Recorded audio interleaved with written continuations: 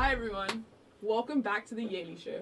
I'm your host Aurette, and today we're talking about an issue that's ravaged the nation. We're going to be talking about sports gambling. Let's start the show.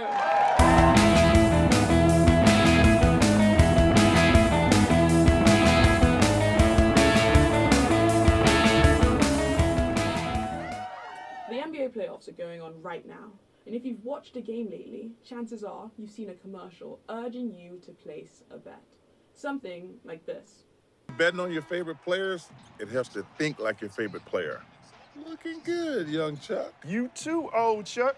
Getting better with age, like a creamy Dutch Gouda. And same game parlays on FanDuel are the best way to bet on your favorite players. Hey, how many championships I'm gonna win? Wait, don't tell me. I wanna be surprised. You're gonna be surprised. New customers bet $5 and get $150 in bonus bets guaranteed. But what exactly is sports gambling? Well, it's pretty simple. Sports gambling involves placing a wager or a bet on the outcome of a sporting event. In the past, this was mostly done legally in places like Las Vegas. But since 2018, when the US Supreme Court ruled that states could legalize sports betting, we've seen it go from niche to very mainstream, with over 30 states now allowing some form of this betting. This chart shows the growth of gambling revenue from 2019 to 2023. That's more than 10x growth in just 4 years. And I know what you're thinking. This sounds like fun. A little extra excitement while watching the game, right? You're just trying to make a little extra cash. It's no big deal. And yeah, at first, it does seem harmless.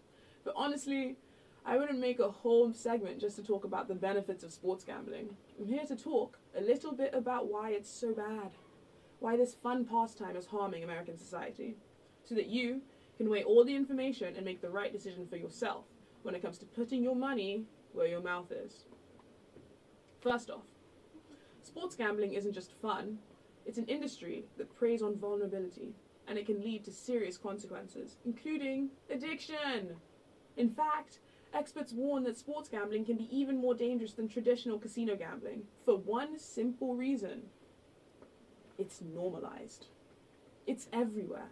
On your TV, on your phone, on Instagram, Facebook, TikTok, X.com. Ads for sports betting companies are plastered all over, showing up just as frequently as the sports events themselves. And they're targeting younger people. You and me are their number one victims. A study from the National Council on Problem Gambling found that sports bettors under 30 are much more likely to develop gambling problems than older adults. The way it works is simple. Gamblers place bets on who they think will win a game or a match, or smaller aspects of the game, like how many points Luka or LeBron are going to score in the fourth quarter. There are also prop bets, parlays, and futures, which let you bet on everything from whether the Miami Dolphins will win the Super Bowl next year, they won't, to how many touchdowns Joe Burrow is going to throw in a season. And here's the kicker. This is all taking place on apps and websites that make it incredibly easy to place bets from anywhere. You don't even need to leave your couch, your bed, your toilet seat. You can place a bet anywhere, making the action feel even more immediate and often more intense. See, the issue is, this ease of access makes it easy to get caught up. You're watching a game, maybe you place a bet on a whim. One bet turns into a second, then a third, and before you know it, you're gambling far more than you ever intended. Sports gambling is highly addictive. And with many sports books offering bonuses, free bets, and incentives, it can feel like you're winning even when you're not. The National Council on Problem Gambling estimates that about 5 to 8 million adults in the US have significant issues with gambling, while another 2.5 million adults have severe issues with gambling. What? That's about 10 million people who are struggling with this addiction. Studies have shown that the introduction of retail sportsbooks has also led to a 33% increase in gambling addiction. And the dilemma may be getting worse, as gambling addiction hotlines have noted a rise in calls, and the age of callers is skewing younger and younger every day.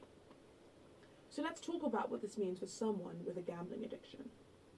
Unlike substances, gambling can sneak up on you. The signs aren't obvious. No one's visibly drunk or high. It's all about chasing that next win. And for some, that win never comes. They're left deep in debt, emotionally drained, and for many experiencing anxiety and depression. Worse still, combined with the stigma surrounding discussing finances, a gambling problem can often go undetected, resulting in devastating consequences for the gambler and their family.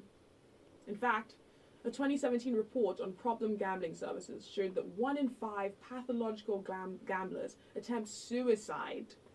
Suicide! That's higher than any other addictive disorder. All of them pale in comparison to the rates of suicide that come with gambling addiction. This is literally a public health crisis, and more people should know about it.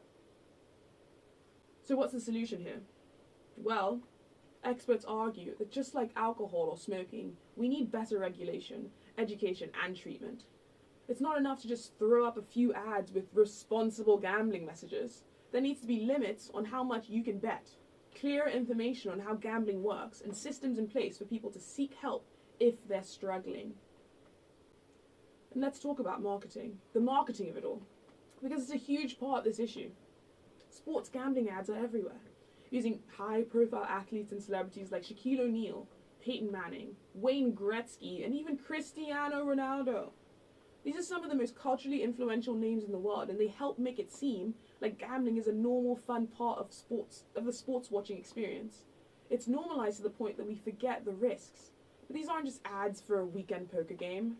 They're for an activity that can ruin lives if not handled responsibly. Now here's where it gets even trickier.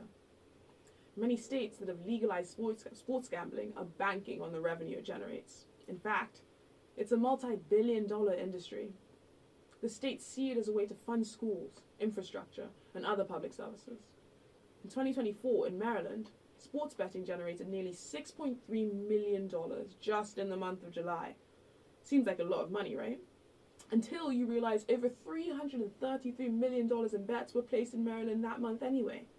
Where did the rest of the $300 million go? The numbers point to down the drain. But all of that raises another question. Should we really even be relying on an activity that causes so much harm to secure our public funding? Does that make any sense? That scope's too wide for right now, so that I leave that up to you. But let's wrap this up. I can't talk to you all night. What I'm really trying to say here is that sports gambling may look fun and harmless on the surface, but it's an industry that thrives on addiction. It's designed to make you feel like you're a winner, even when you're not.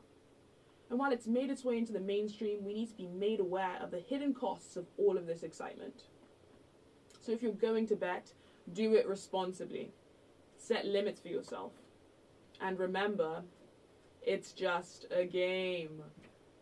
And as soon as it starts feeling a little bit more than that, get help. Okay, that's all the time we have for tonight. I'm your host, Aura, and you just watched another episode of The Yalie Show.